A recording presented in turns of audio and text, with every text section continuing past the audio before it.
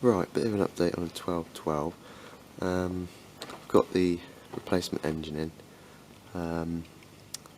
Completely forgot to do any videos. Basically, I'd managed to leave the cap on. So all I did, leave the cap on, supported it under the back there, then I put a jack underneath the engine as well. Took the front tombstone off. Then I just got the forklift under, forklift tines under each side of that, and literally just slid the old engine out. And then while it was out, I chose the best clutch, put the best clutch in it, put new bearings in there, and put it back together again.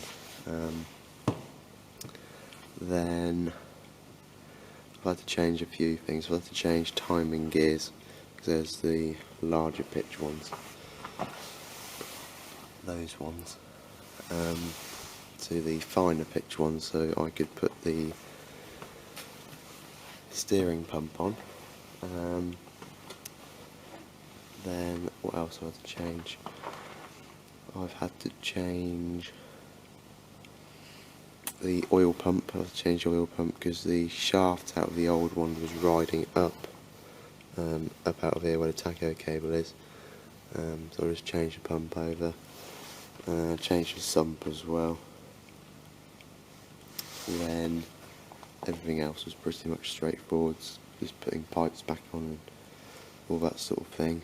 Then I did obviously new oil filters, set the tappets, and then full back end service, the filters, oil. Then while the engine was out, I had the fuel tank out and cleaned that all out. When I fixed the hydroshift linkage while I could get to it as well, because that was disconnected and worn, so the lever would come over on itself, so I did a repair there. Now the wiring loom was trapped between the cab and the gearbox when I picked it up. The cab mounts are off it. Basically the cab would have sat down and I thought it would crush something. It did, it crushed the main wiring loom what comes down from the dash and out here to plug into your engine loom, and it's also crushed the rear loom as well. Now that's not the right radiator, that is the 1490 radiator. So it was, yeah, quite straightforward really. The actual engine change and everything else was the most straightforward bit. It's all the fiddly little bits sort of been taking the time.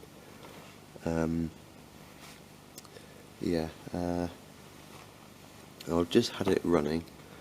Now it runs nice enough, but I have got a leaking power steering pipe on that side. One of the metal lines is broken. Then I've got smoke coming out of the bell housing for some reason. Then the hydroshift, I think it works alright, I'm not sure about third gear. Then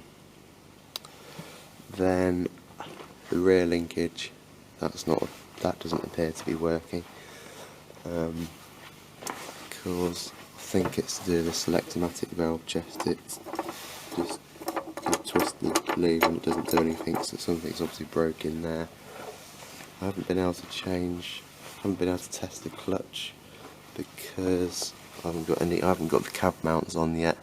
It's just resting on a block of wood under there, because I've left them out so I can get underneath to poke the wiring loom back under and fix it and that sort of thing. So I haven't been able to test them, so I'm not sure whether I'm not sure what was smoking in the bell housing, but it was like a bluey white smoke. So yeah, I don't know.